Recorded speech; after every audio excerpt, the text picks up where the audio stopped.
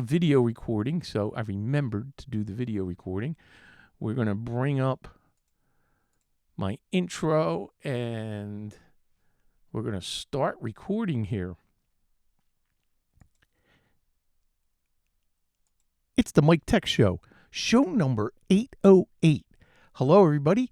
Welcome to the podcast. I'm your host, Mike Smith. Thank you very much for downloading and subscribing to the show. Please visit the main website at miketechshow.com. You can email me questions and suggestions for show topics at miketechshow@gmail.com.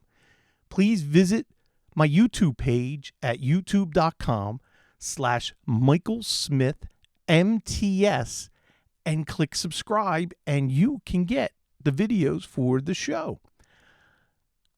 This show is brought to you by Instant House Call. Remotely support your clients unattended for remote access.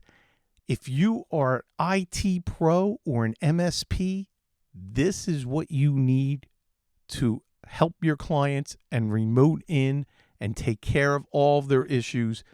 Go to instanthouseCall.com, download the free trial for 15 days. Use the promo code MikeTechShow, or you could just click on the banner on my website at MikeTechShow.com.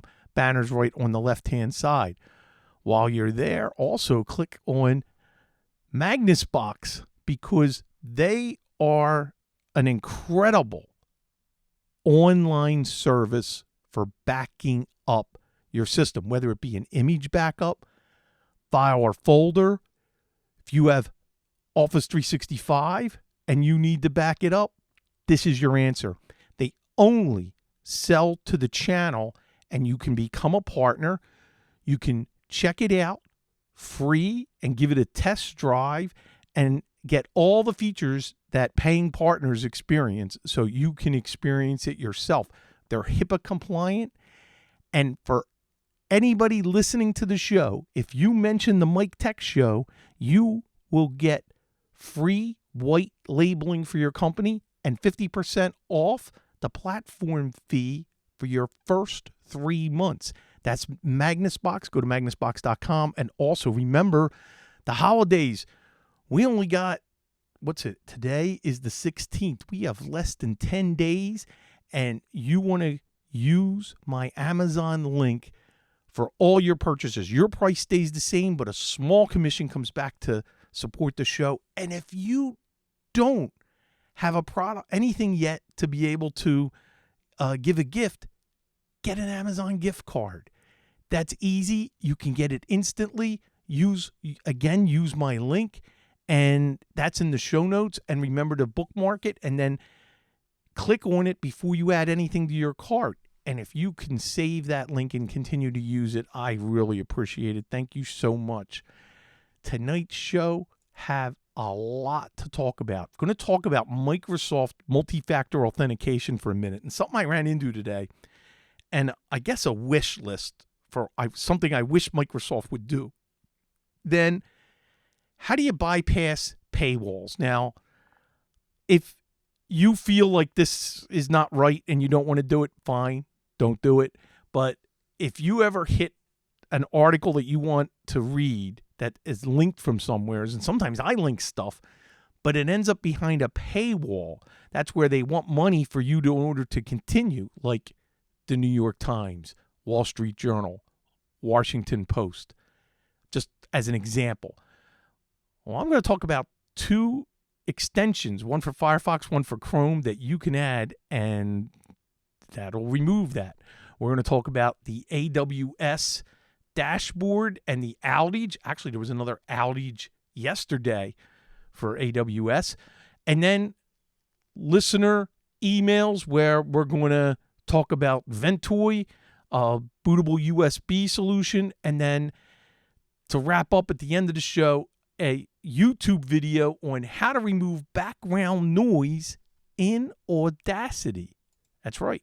You can get rid of a hum or any kind of noise, and I've used this feature a little bit, and let's see. So let's first begin by talking about Microsoft multi-factor authentication. I have a client that is very remote, actually in South Florida, and one of their users had an email problem, hasn't been receiving email for a couple days. I have my account as the administrator, and I'm able to log in, and I can reset their password. But now this person's not in the office, and I need to test and log into the webmail just to see what's going on. Send a test message, go back and forth. Well, when I tried to do it, I was prompted with a phone number where the last 2 digits are the cell phone of the user. And I started thinking about this as I ended up solving the problem after resetting their password. And then what was really the issue was when I logged into their system, which, by the way, there was an issue. I couldn't even connect with Instant House Call because there was a problem with the VoIP phone and the system was daisy-chained off the phone. So I had them pull the PoE network adapter from the phone. Once the phone rebooted, everything started working. I was able to remote in, and the real problem was they were signed out of their Microsoft account, and I think trying to log in with the wrong one. And Outlook stopped working. Word was not working. So once I got that all cleaned up, it was great. But 4 different times, I had to interact with the employee, who I'm sure was annoyed, but at least the problem was getting worked on. She was not in the office, but had to provide me with the code in order to continue to log in. There has to be a better way. I wish Microsoft would have a way where not just the end user, but maybe there was an option to pick the administrator for the domain, for the account. And then I'm already an approved administrator that has my cell phone as the authentication for the multi-factor test. So that's the way I can work on an employee's account. Microsoft has to come up with a better way for administrators to be able to use that account and log in. If you are currently doing this and I'm missing something where there's an easier way where the employee has their cell phone set up and married to the business Office 365 account, how do you administrate that without having to have them on the phone? There has to be an easier way, and I wish they would do that. So just a little annoyance I ran into today, and I was lucky I was able to get a hold of the user and solved everything. So when they're back in the office tomorrow, their email and office is now working perfectly. So I want to talk about the blocking of the paywall. And what I'm going to do now is, for anybody watching this on the video, I am going to show this. There are 2 add-ons.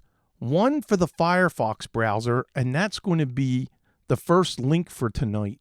And it's by Magnolia1234. It's Bypass Paywalls Clean. That's going to be the first link where you can add this to Firefox. And let's see. Darkanen, I'm not sure if I'm pronouncing that right. I always read it wrong in the chat. Just mentioned, yes, there's a Microsoft Authenticator app, and I have that. And I can link that. But the question is, I can't link that for every employee. That doesn't make sense. That's only for me as the admin. So what I want to be able to do is have the admin be able to authenticate to also authenticate for an employee. So, and I have the Microsoft Authenticator app, and I use that to get in. The problem with this was I needed the actual employee. Okay. So now for bypassing the paywalls, what is a paywall? A paywall is if you go to a site like the Wall Street Journal, and you want to start reading articles, you'll be prompted to have to subscribe or pay money to be able to read it. So it's going to be, if this is not something you want to embrace or do, don't do it.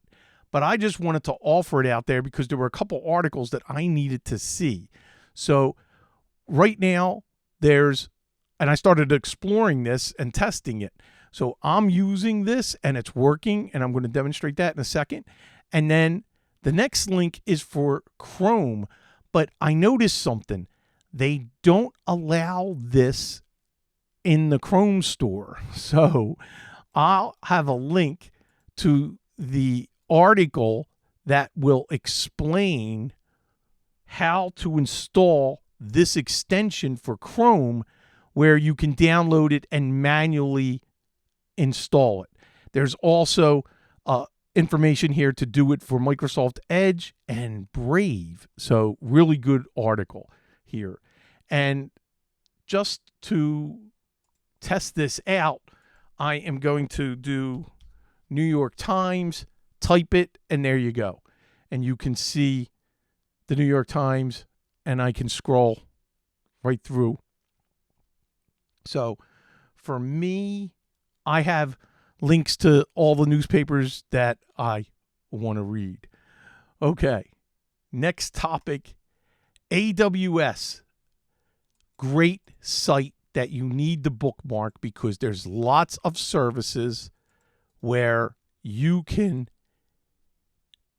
their services are tied to Amazon Web Services, AWS. And as you know, last week there was a big outage, and yesterday there was an outage. This link it's the AWS Service Health Dashboard, and it's status.aws.amazon.com. This is an important bookmark so you can know the status of what's going on for all of the Amazon Web Services, and you can get an idea of what's going on. You can get updates. And the next link that I'm going to link to here is the summary of the AWS service event that was December 10th. And that was, well, at least this December 10th, they're explaining everything for that event in Northern Virginia that took out a lot of services, just a tremendous amount of services on the East Coast. And here you got the issue summary, what the service impact was, and event communication and closing. I am not happy. There's not a real good explanation. They're just saying that it was it was congestion, and it immediately impacted the availability of accessing the real-time data. I don't know. I wanted a little more technical detail as to what happened, and I'm going to, I guess they maybe can't be too honest because they would be revealing information and things that could allow bad actors to compromise, and that's what I'm thinking, that it was so bad, something happened that they really can't disclose the technical details of the event, and they're just speaking kind of general here. But the main thing is to know that there is an outage, so if you have services for a client that's impacted, you can communicate that to them. And there are lots of great service health dashboards for many of the big ISPs, Comcast, Verizon, and you want to make sure that you have those links, because if there is an internet outage, you want to know about it for your client, because you could be troubleshooting something and, Comcast could be down in that area. So wanted to just review those links, and I think they're important to keep them bookmarked. What I want to do now is I have some time to dig deep into some listener voicemails. So let's check this out. This is from Jerry, and he shared a link for Amazon explains the cause behind Tuesday's massive AWS outage, and that's a link from Bleeping Computer. Jerry, thank you so much.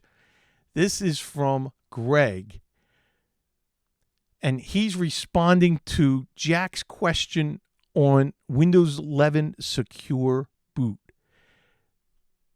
He begins, Jack asked about Windows 11 Secure Boot. As I understand it, Secure Boot only requires a certificate-signed boot process.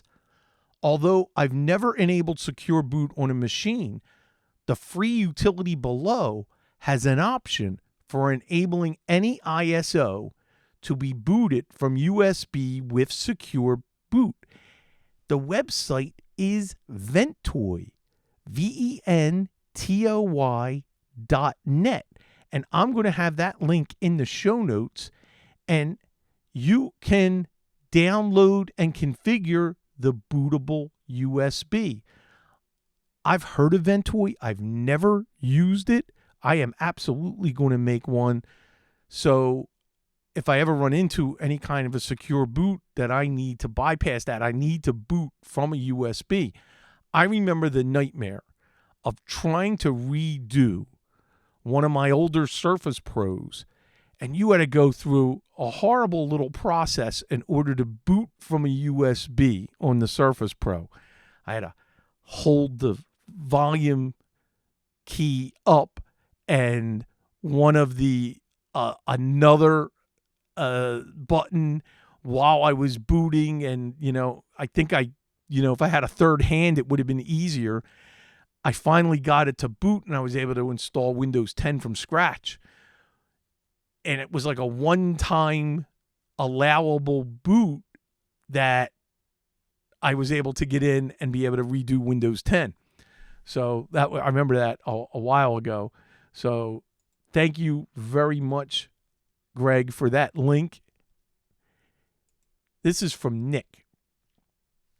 Installing Windows 11 on unsupported systems. While I am getting this upgrade going on a couple of years earlier, while I'm getting this upgrade going a couple of years early, my goal is to get everything set in place and to purge the unsupported machines as soon as possible. I know it's extremely early, but I wanted to be prepared for when I need to do Windows 11 upgrade. I can work on my systems as I please.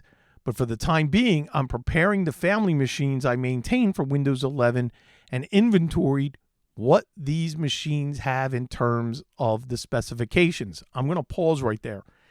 Something I read today, and I'll try to link it in the show notes, but if I don't, there seems to be an issue of performance of the Windows 11 slowing down when you have an NVMe SSD. Are you kidding me? And they have a patch, and you got to manually download this patch and apply it in order to get your performance back. Windows 11 for me, for my business clients, it's just a little too early. I'm going to embrace Windows 11. I like what it's doing for security. I'm all in. But I got to wait until a lot of issues that I've been reading will impact clients. One, there's a problem with the internet speed and it slows down. Now, slowing down on an SSD? Are you kidding me? So I'm waiting a little bit on Windows 11. If I was buying a new system for a client and by default it comes with it and we don't have a choice, that's different. But I'm not going to do the upgrade, and I'm advising clients right now when they're presented with the upgrade, let's hold off a little bit.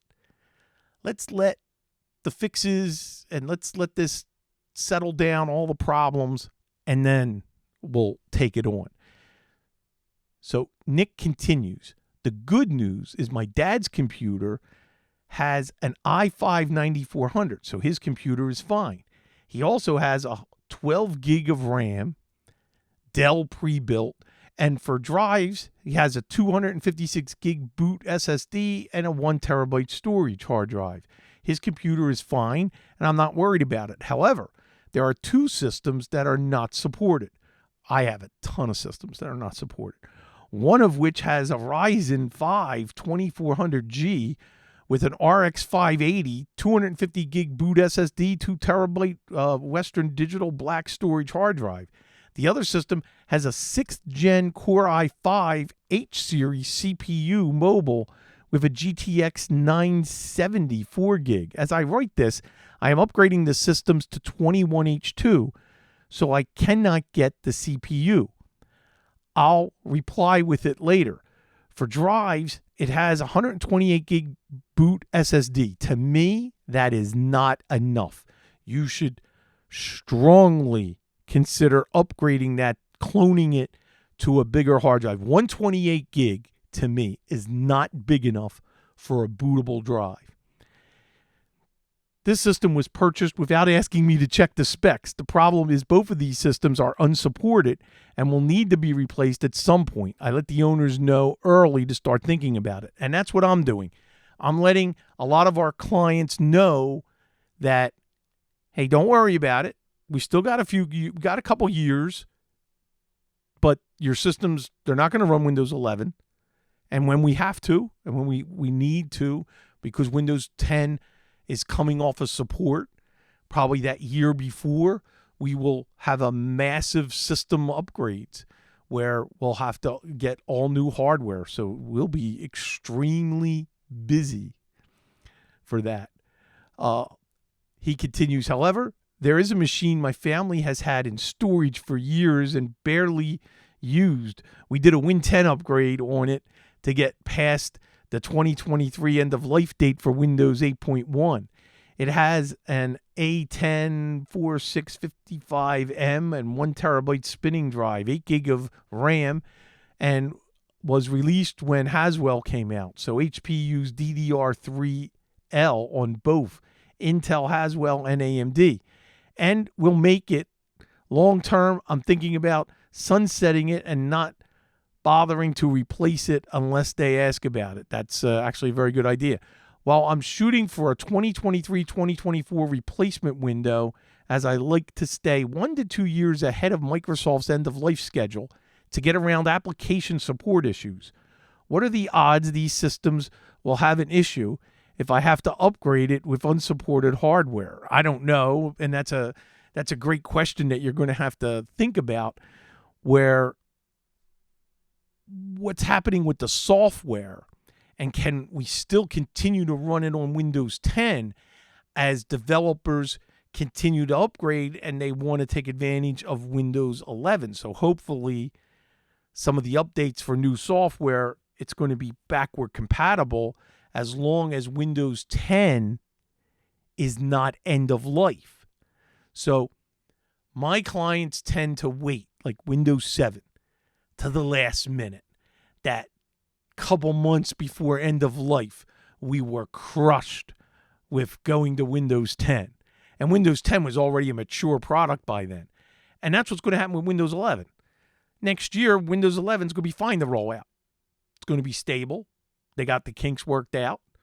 And it's all about hardware compatibility for me when we go to a new operating system. Are we going to be able to do in-place upgrades? I still have machines that were Windows 7 in-place upgrade to Windows 10. There's no way that hardware is going to be compatible with Windows 11. So it's going to be replacing the hardware with brand new modern hardware with Windows 11. So it's going to be a lot of work, but not for a couple years. But we do have to plan, and with my bigger clients, I'm going to absolutely have to get in front of them and have that discussion. What I have to be mindful of is, what is the fiscal year for my clients where they have to plan for a budget? So right now, this past month, I was working with my biggest client that they just had their board of directors meeting where they presented the budget for 2022. I already reviewed the IT support that's going to be needed. We're going to have to upgrade 2 servers. We're going to have to do a massive Office software update for Microsoft Office. So these things are put into the budget. They're also, for the new budget, a lot of newer cameras for monitoring outside the facility. So that's in place. So it was good to see everything get passed by the board for next year. But there are things that I want to work with the CFO, the COO of companies as they're planning their budget. I want to be part of that process. You want to be part of that process. So this way, you're taken care of within that budget, but also your hardware recommendations. And you know whether, hey, it's going to happen or it's not going to happen. And it's important to have that kind of partnership with your clients, especially your bigger clients. So, Nick, thank you for all that detail. Let's get to Mick. Hi, Mike. This is Mick from the Land of Oz with a follow-up to my email from the 22nd of November. Just to let you know what I ended up doing on each computer. See what users are available on login screen and removed unwanted users. Absolutely. And he used the net user with the name /active:no. Then after moving any documents to active user folders, delete the users. And he has a net user username /delete. Ensured that all users have some password. Set the passwords. He checked to see which work group the computer belongs to. And that's very interesting. I mean, work groups within Windows 10, less important. Back in the old day and in Windows 7 and earlier versions of Windows, all being in the same work group was very, very, very important. But he made sure he ran the commands to make sure they're all part of the same work group. Once he did all of that, he went to each computer and shared out the relevant folders, setting permissions for the standard user. Then he went to each computer and mapped a consistent drive letter to the shares on each of the other computers. This is a big peer-to-peer network. Bit convoluted, but we were then able to access the documents on each computer. They are going to go with Office 365 with 1 terabyte of storage and slowly copy each of the local documents to the cloud storage. Okay. Once we had consistent users and work groups, it was relatively easy. Now for my own curiosity, I will try to find out how the round-robin backup process works by checking the scheduled tasks on each computer. Might take me a while, and maybe with no success. Many thanks for your input, Mick. Mick, thank you. And it's interesting. I have a large group of listeners to this podcast in Australia, and hello to everybody. And a lot of that is due to some early promos being played when I first started podcasting. And my promo and links to my tech show started populating in Australia. There was a point where I had more listeners in Australia than I did in the US and in the beginning, and it was a lot of fun. And that's why I just love and I haven't mentioned him in so long, is technibble.com, and Bryce Whitty and what he's done with Technibble is fabulous. And I'm so glad that a few years ago I had the chance to meet him in person in Chicago at a CompTIA event, and that was great. But hey, if you're in this business, you should be subscribed and check out Technibble. Bryce, a great guy, and does some great work. And he still has that, I believe he still has that business computer, the business kit, where it's like all the forms that you would ever need for starting your business. The forums are great. Good place to check it out. And that's Technibble. So, Mick, thank you for that. I really appreciate it. This is from Tony. a video that I'm going to play for being able to get rid of noise in your Audacity file. Give a listen and or watch if you're watching, and then I'll be back to wrap up. Hey guys, and welcome back to another Tech Guru video. So today we are in Audacity, and I am going to be showing you guys how to remove background noise or unwanted background noise within your Audacity audio files.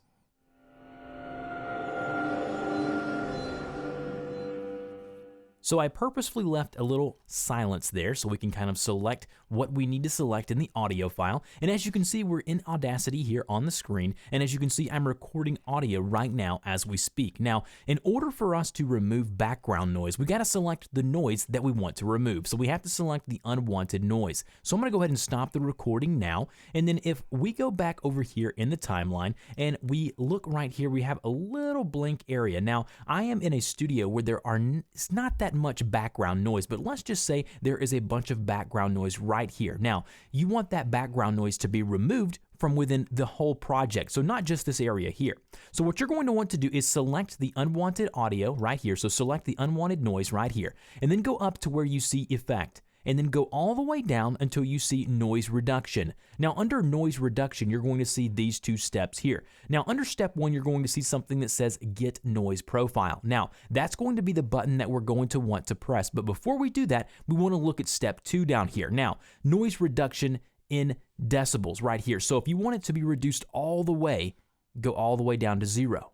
If you want it to be, all the way up, that'll be a little louder, whatever it may be. So the further left you slide that slider, the more of it will be reduced. The further right you slide that slider, the louder or more prominent that noise will be. So normally you want to keep that right around 6 to 12, but remember, if you go too low, it's going to start removing some of the vocals that you don't want it to remove, and because of that, your audio is going to start sounding a little strange. So leave that right around 12. I'm going to go ahead and leave that back at 12. And then sensitivity, leave it there at 6, and then frequency, leave that at 0, and then go ahead and click the Get Noise Profile button. Now, we have captured the noise profile, which is this area here that we have selected.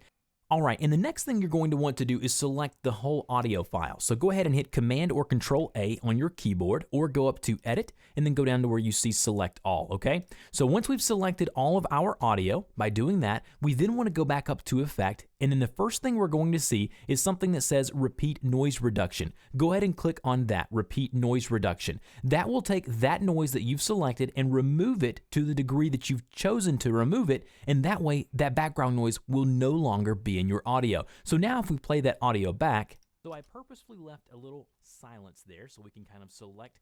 As we can hear, it's a nice crisp audio file that has no background noise getting in the way or interfering. Now, if you have any questions on how to do this, go ahead and put those in the comment box down below. I'll help you out as much as I possibly can. And as always, guys, don't forget to like and share this video. And please, please, please subscribe to the channel for more great content just like this. And I will see you guys in the next one.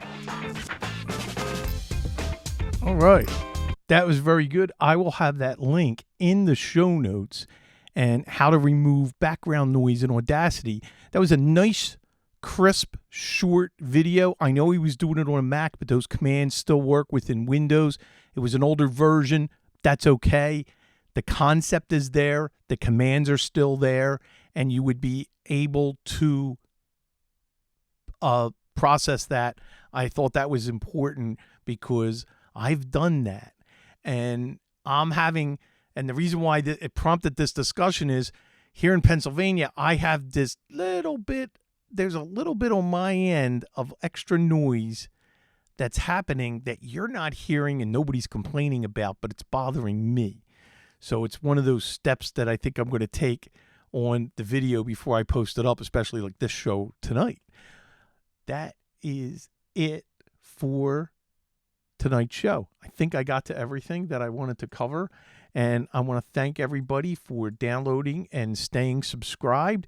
Remember to please support the sponsors, MagnusBox. Go to magnusbox.com for all of your backup needs and become a partner. Mention you heard it on the Mike Tech Show. Instant House Call, instanthouseCall.com. Mention, make sure to put Mike Tech Show for your free trial. And then, of course, Fab's Auto Backup 7 Pro. Had to use that today for a client. I instant house call into the system. He's having a terrible problem where I still haven't solved it, but we had a backup system. I couldn't do anything. It looked like a DNS issue because he couldn't get to websites, but yet he could get to one for his email from their broker dealer. Anyway, complicated problem, but it was easier for me to use Fabs, get all the settings quickly over to the server. They swapped out the system. And when I say server, it's a pure server. They swapped out the system. I Fabsed it right back, and boom, he was up and running and everything. And I did that over Instant House Call this afternoon from a client that we rarely are on site. So that was great. And then, of course, it's the holiday season. Amazon. You're going to be buying from them. Please use my link. I really appreciate it. That's it, everybody. A show will be next Thursday, same time, same channel from Pennsylvania. Then the following week, it'll be 2 nights. Thursday night, the 30th, will be the last of December, will be the last show of the year. And then please join me on New Year's Eve, the 31st. I'll be on at 10 p.m. and go till 3 a.m. That's it. Everybody have a great week. See you next week. Bye-bye.